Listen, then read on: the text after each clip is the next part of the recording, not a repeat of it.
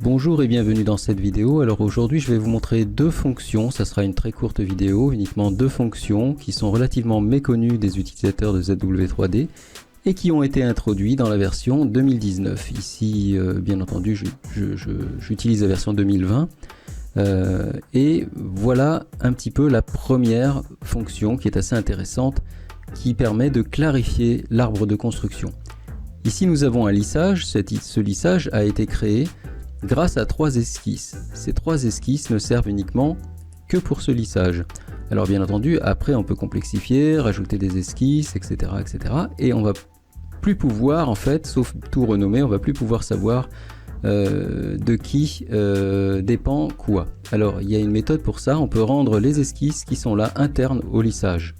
Pour ce faire, on clique droit sur l'esquisse, rendre interne. Clic droit, rendre interne, clic droit, rendre interne. Alors cela crée ici un dossier et on sait que ces esquisses là sont liées à ce lissage et donc on peut complexifier après l'objet à outrance sans venir, je dirais, mettre un petit peu le bazar visuellement dans l'arbre de construction.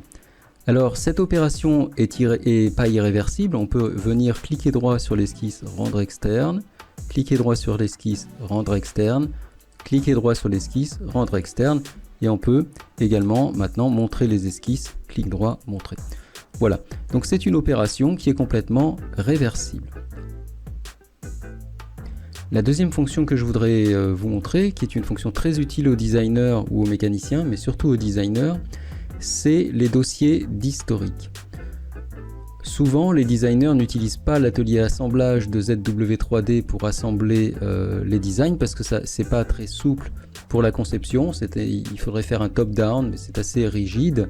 Alors ils font une espèce de top-down hybride, c'est-à-dire qu'effectivement ils mettent tout les pièces de l'assemblage dans une seule pièce finalement, et s'ils ont vraiment besoin d'extraire des composants pour contraindre un assemblage plus tard, ils le font. Sinon ils s'en passent volontiers. La rançon de cette méthodologie, qui reste tout à fait valable, bien entendu, c'est qu'on arrive à avoir des arbres de construction assez conséquents et de plus trop se repérer dans qui fait quoi. Alors, pour éviter ça, eh bien, ZW3D incorpore depuis la version 2019 ce qui est dossier d'historique. Alors déjà, une chose que vous devez savoir, c'est que la tête de lecture ici qui est à la fin du modèle peut être remontée à n'importe quel moment. Par exemple là je vais le remonter ici, après l'ouverture, voilà, après c'est la glace, donc en fait c'est jusqu'ici mon boîtier de montre et que je peux continuer à modéliser à partir de la position de la tête de lecture. Par exemple, imaginez que je veuille passer des congés, et bien ici je vais pouvoir passer des congés sur mon boîtier.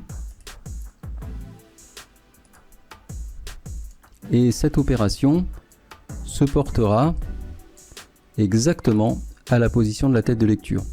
Donc ça va vous permettre de travailler sur une pièce ou sur l'autre pièce de façon complètement transparente, je dirais. C'est relativement simple, il suffit simplement de placer la tête de lecture au bon endroit. Alors on peut également maintenant créer un dossier d'historique. Donc par exemple ici, je vais sélectionner toutes ces opérations, je vais faire un clic droit et créer dossier d'historique. Là je vais juste clic droit, renommer, je vais mettre que ça c'est mon boîtier. Et maintenant, toutes mes opérations de ce boîtier sont dans un dossier. Alors je pourrais essayer de faire ça également pour la vitre et l'opération booléenne qui consiste à ouvrir la rainure grâce à la vitre dans un autre dossier d'historique. Alors là, si on fait ceci et que l'on fait clic droit, on voit qu'il n'y a pas cette option. Pourquoi?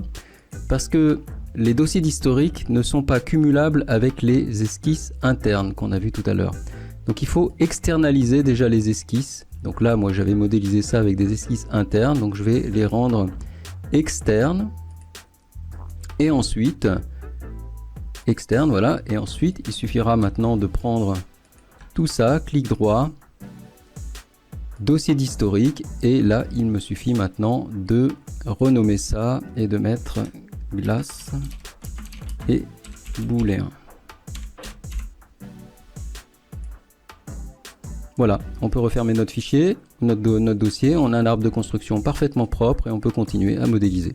Alors l'avantage aussi d'utiliser cette stratégie de dossier d'historique, c'est de pouvoir, je dirais, garder une modélisation relativement séquentielle, c'est-à-dire ne pas inclure des modifications ici qui seraient en fin d'historique, etc., etc. Donc là, on a une modélisation très claire, on sait que quand on va travailler sur cette pièce, on va remonter la tête là, quand on va travailler sur cette pièce, on va remonter la tête là, etc., etc.